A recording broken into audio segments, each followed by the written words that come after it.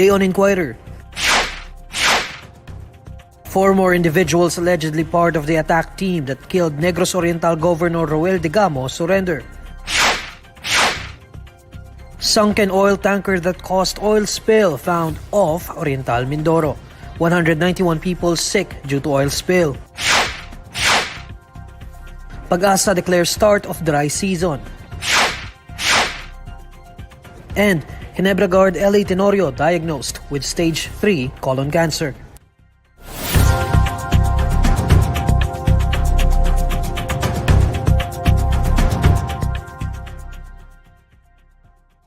Good evening. 4 more individuals allegedly part of the attack team that killed Negros Oriental Governor Degamo have surrendered to authorities. Our justice reporter Teves Torres Tupas has the details live. Teves? Neil, former suspects in the March 4 attack that killed Negros Oriental Governor Degamo and 8 others have surrendered to the military, Justice Secretary Jesus Crispin Remulla said Tuesday. Remulla described the 4 as major players in the killing of Degamo. He said the attack team that killed Degamo, currently under custody, is almost complete.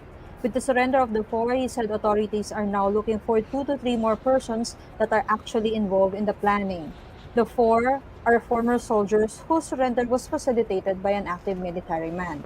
They will be turned over to the DOJ. They will be debriefed before they will get their statements. Meanwhile, Remulla also revealed that Teves sent a text message that he wanted to talk to him. The 2 are former colleagues at the House of Representatives. He said he did not know the embattled lawmaker's whereabouts when he sent the message. He said he would talk to Teves. It would be in the presence, if he would talk to Teves, it would be in the presence of others because he does not want his words twisted. Despite the expiration of his clearance to travel to the United States last March 9, Teves has yet to return to the country, prompting the DOJ last Saturday to say they will ask the Interpol to put him on its blue notice to monitor and track his whereabouts. Neil? That's Teves Torres Tupas reporting live.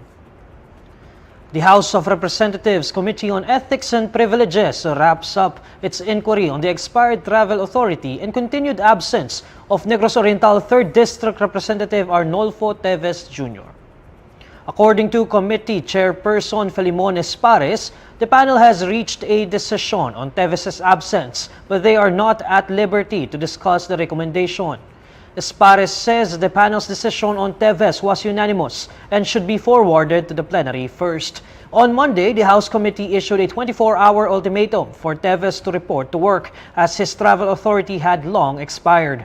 Teves is accused of masterminding the killing of Negros Oriental Governor Degamo. The congressman has denied any involvement in the case. Teves cited security concerns about why he is not returning from the medical trip to the United States, opting to ask the House leadership instead for a 2-month leave. The sunken oil tanker that caused a massive oil spill has now been found off Oriental Mindoro. Here's John Eric Mendoza for the report. Oriental Mindoro Governor Humerlito Dolor said that empty Princess Empress has now been found within the waters of Nauhan, Oriental Mindoro.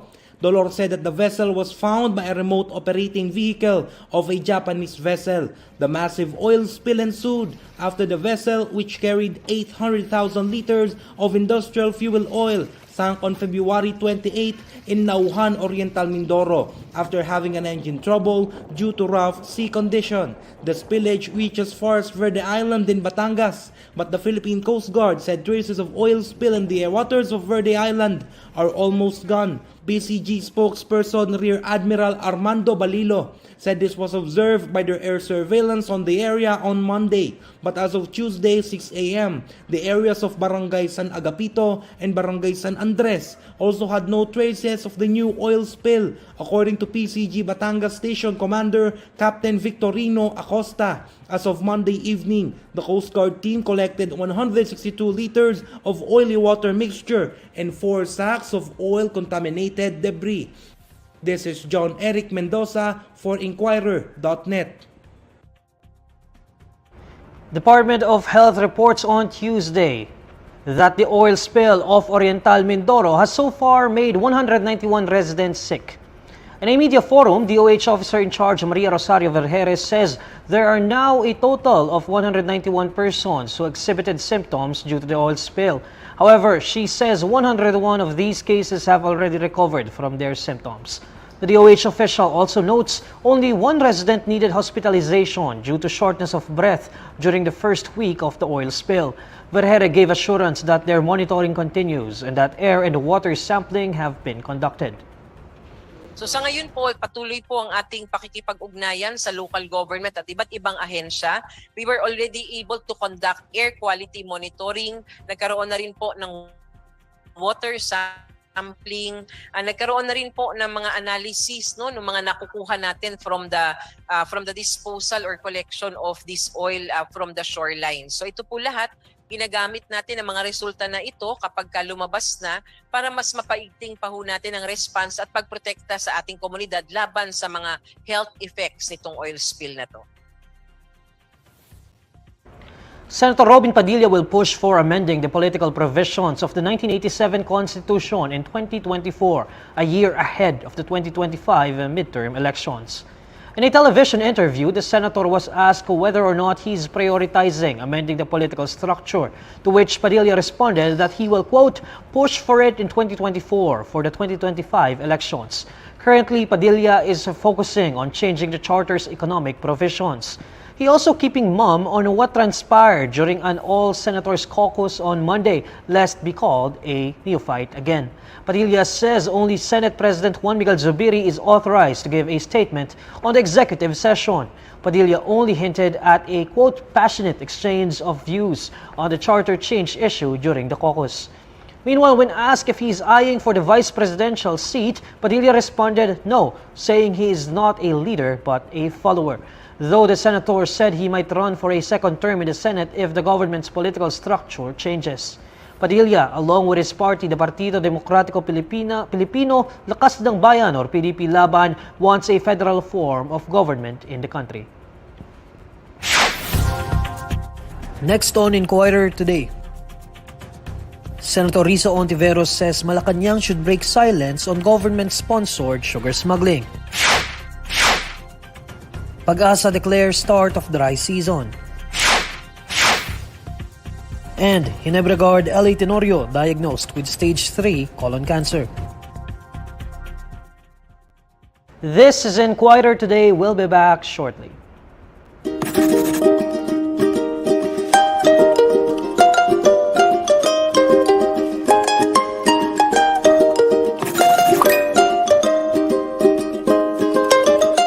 Si Pampi Hazel Balin Cabanyero, 32 years old. Ako po ay isang guro. Ako naman po si Daddy Herbert Hernandez Cabanyero, 34 years old at may-ari po ng tindahan ng patuka po sa Paki, Laguna.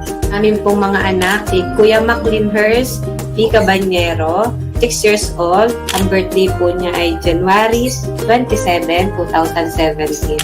Si Lady Lemonade P. Cabanyero, 3 years old po siya. Ang birthday po niya ay January 27, 2020. Ang aming bunso ay si Mac Hurdy Gold P. Cabanyero. 3 weeks pa lang po siya. Ang birthday din po niya ay January 27, 2022.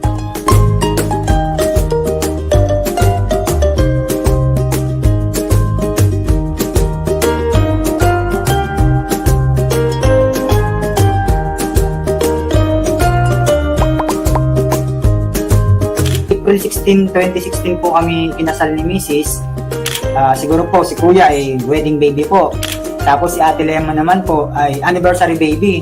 And then si Bunso naman ho, hindi po kasi siya inasahan po talaga.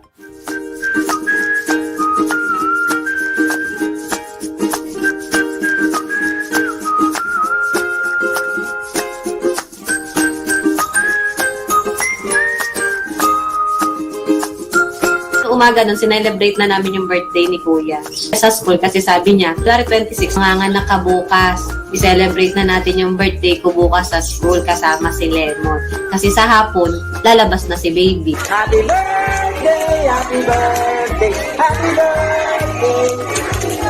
Na-excite siguro to, Kakantahan sa school na happy birthday. Sabi, makalabas na nga rin mamaya. Ano din nung kay Lemon, nag-celebrate din kami. Tapos yun, punta siya sa center and then nanganak na agad siya. Lagi po ganun yung scenario.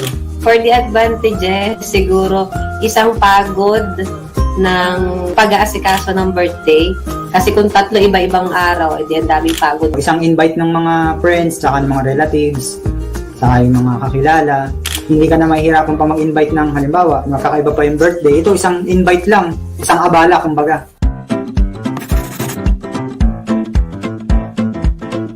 Mahirap po ata yung patamain. Hindi rin po namin alam kung paano. Pero parang sa akin ay sapat na itong aking 3 biyaya. Pa yan. Ayoko na. One more. Kidding aside po, pero kung ano man po yung siguro ikalaw po nandiyan, halimbawa po, kung meron pa man po pang-4, edi sige po. Kung wala na naman po, edi okay lang din naman po. Kung ano na lang po yung ikalaw nandiyan, edi yun na lang po ang amin.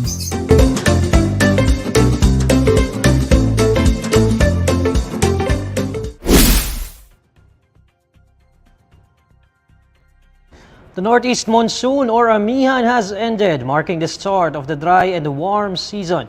Joining us today live is Pag-asa meteorologist Benison Estareja. Sir Benison? Yes, Sir Neil. Good evening and to all our viewers. Sir, nagsimula na daw itong dry season natin. Maaari niyo po bang maipaliwanag kung ano yung mga indicators na tiningnan natin for us to be able to say that we are already on the onset of the dry season? Yes po, ngayon lang tayo nag-start, March 21, ng warm dry season na tinatawag. So inulit natin, wala po tayong summer season dito sa Pilipinas. Ilan dun sa mga indicators na pagsisimula po ng tag-init sa Tagalog ay yung first and foremost, yung persistent po na mainit na temperatura na naitatala natin, unlike nitong mga nagdaang linggo kung saan umiiral po yung amihan. And second, hindi na po dapat umiiral yung northeast monsoon natin. Ito yung malamig na hangin galing sa Pacific Ocean. And instead, yung hangin ay nanggagaling na po sa silangan sa Pacific Ocean. Ito yung tinatawag po natin na easterlies. And at some point, nagkakaroon din po ng mga localized thunderstorms.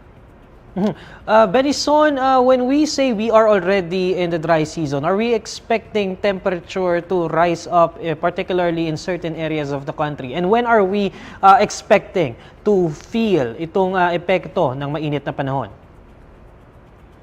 Yes po, for clarification din, we started with a cold dry season. Ito po yung amihan season, and then we transitioned into a warm dry season. So we are definitely expecting na magkakaroon tayo ng patuloy na pag-init ng temperatura, and madalas na nating maririnig po yung heat index na tinatawag o yung nararamdaman ng ating katawan, which is around 3 to 4 degrees higher dun sa ating observed na temperatures, at magtatagal po yan hanggang sa buong buwan po ng Mayo.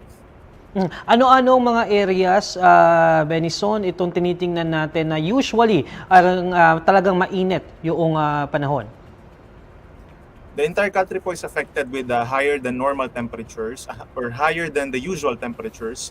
Pero yung mga pinaka-affected, yung mga nasa plain, yung mga nasa kapatagan po, like itong Ilocos region, tapos yung malaking parte po ng Central Luzon, yung ilang parts po ng Mindanao dahil malapit din sila sa equator, they can experience as high as 35 to 36 degrees Celsius. At yung usually po na pinakamaiinit na temperatures natin ay itatala dito sa may Tugigaraw, sa may Cagayan, which is at some point nagkakaroon din ng mga 37 degrees Celsius na observed temperature. So yung heat index talagang lumalampas po ng 40 degrees.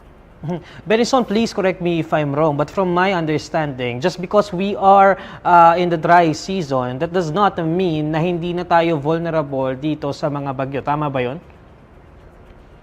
Yes po, yung dapat din nating i-take note, the dry season is not necessarily magdadala ng dry na panahon throughout its duration. Isabihan lamang po is kakaunti yung mararanasan nating mga pag-ulan or barely magkakaroon lamang tayo ng mga pag-ulan at mga pagkidlat kulog. Yung bagyo, bagamat hindi siya expected na magkakaroon talaga every warm dry season, at some point talaga like mga once in 3 years nagkakaroon po tayo ng mga bagyo tuwing March, April at saka po May. With that said, are we expecting a typhoon to enter the country or to have an impact in the country this coming month? So far po, wala naman tayo nakikitang mga circulations na posibleng maging bagyo at pumasok po sa ating area of responsibility. So hanggang next week, masasabi naman po natin na low chance. Benison, huli na lamang, no? Maybe we can remind those who are watching us at the moment, ano yung mga maaaring gawin, ano, para maiwasan at hindi maging biktima kasi ng heat stroke. Kasi isa yan sa mga maaaring maging epekto nitong talagang napakainit na panahon. Yes, Sir Nila, asahan natin yung talagang maalinsangan. Very humid weather conditions po, lalo na sa tanghali. So that's from around 10 a.m. hanggang 3 p.m. Make sure po na hydrated tayo. So uminom ng maraming tubig or kumain po ng halo-halo kung gusto nila. Tapos asahan din natin kapag lalabas tayo ng bahay, tirik na tirik yung araw. So make sure po na may pananggalang tayo sa init, such as payong or sombrero. And then magsuot po tayo ng maninipis at saka hindi naman po yung dark colored clothes, no, para hindi ma-absorb yung ating init. And yun din po, magantabay din sa mga ipapalabas po na updates ng Pag-asa. May mga advisories naman po tayo regarding sa warm temperatures. Maraming salamat, Benison. That's Pag-asa meteorologist Benison Estareja. Senator Risa Hontiveros says that Malacanang should break its silence on the government-sponsored sugar smuggling plaguing the country. Hontiveros has previously raised concerns about Sugar Order Number 6, which was allegedly used to justify the illegal import of 440,000 metric tons of sugar. Department of Agriculture Senior Undersecretary Domingo Panganiban has since claimed that the sugar importation secured the go-ahead of President and the concurrent DA Chief, President Bongbong Marcos, through a memorandum issued by Executive Secretary Lucas Bersamin. Hontiveros notes that this should be enough reason for Malacanang to address the issue and hold those responsible for the sugar import mess to account. Napakahirap basahin ng katahimikan. Mas madali sa kanang basahin ng pag nagsalita.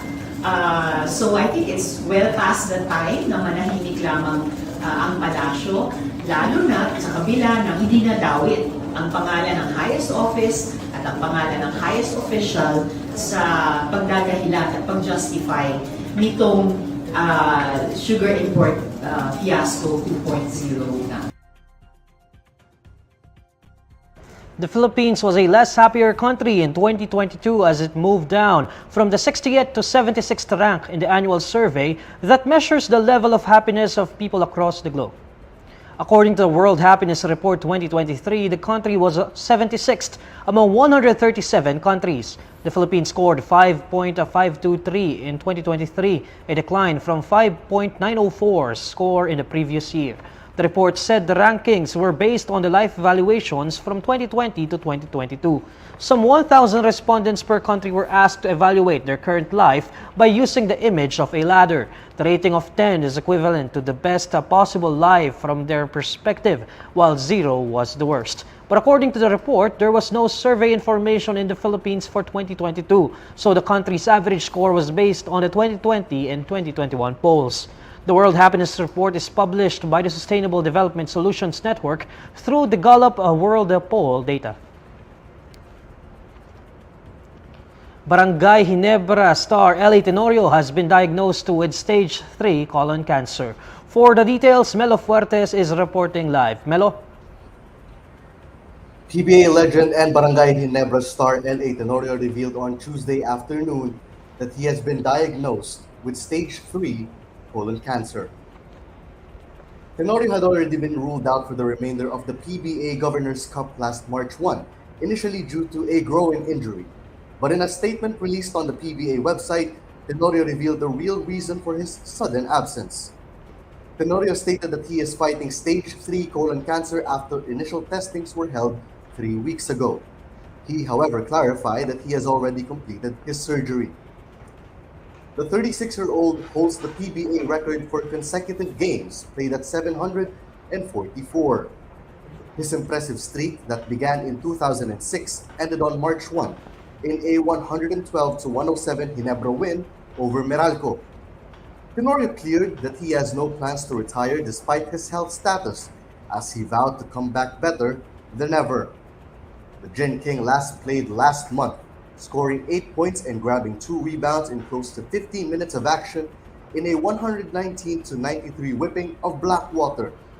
The former Ateneo standout has won 8 PBA titles while also earning 4 Finals MVP awards. He was drafted 4th overall by San Miguel in 2006. Without Tenorio, Ginebra on Sunday secured its spot in the semifinals, where they would clash in a best-of-5 duel with San Miguel Beer. Neil? That's Melo Fuertes reporting live.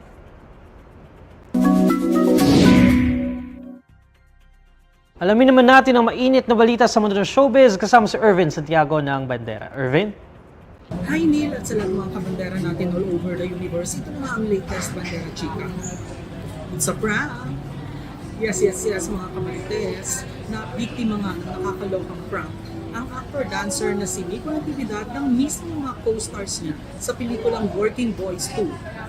Napiko, nagalit at nabadrip talaga ang miyembro ng grupong hashtag nang pagkaisan siya ni Mikoy Morales, Wilbert Ross, Andrew Mulak at Vito Marquez habang nasa shooting ng kanilang pelikula under Viva Films. Ayon kay Nico, doon niya raw napatunayan na mahaba rin ang pasensya niya dahil nagawa pa niyang tiisin ang kunwaring pambubuli sa kanya ng mga kaibigan at katrabaho dahil ang tagal pa raw bago siya napuno at nagalit ng bonggang-bongga. Sabi pa ni Nico, napakagaling ng mga artista ng mga nag-prank sa kanya dahil napaniwala siya ng mga ito sa mga pinaggagawa sa kanya. Sa katunayan, ito na raw ang pinakamatindi at pangmalakasang prank na ginawa sa kanya. Yung prank na yun talaga nagsumbong na ako sa manager ko. Totoo? Oo po. Kasi hindi, una siyempre sa Viva na RM ko dahil para mabilis yung action. Na which is kasabwat pala sila. Napikon po talaga ako pero doon ko napatunayan na mahaba pala yung pasensya ko. Kasi sa isip ko, sinusunto ko na sila. Dinataob ko na yung mesa kasi pinagtutulungan nga po ako. Pero nung nireveal nila na prank lang to, totoo pala yung mga prank na gano'n na hindi agad siya magsisingkin. Kasi nung sinabi lang prank lang to, niyayakap nila ako, hindi pa ako umikot. Parang galit pa rin ako. Tapos parang ilang minutes saka lang ako tumawa na, uy, naloko niyo ako, at hindi makakap na rin ako sa kanila. Kasi first time kong mag-prank ng gano'n katindi. At yan ang Bandera Chika natin today. Thanks Neil! Maraming salamat, Irvin. And these are the stories you need to know today. I'm Neil Mercado. Catch Inquirer today live weekdays at 6 p.m. Follow INQUIRER.net on Facebook, Twitter, YouTube, TikTok, Instagram, and Reddit. For more stories, visit INQUIRER.net. Good evening.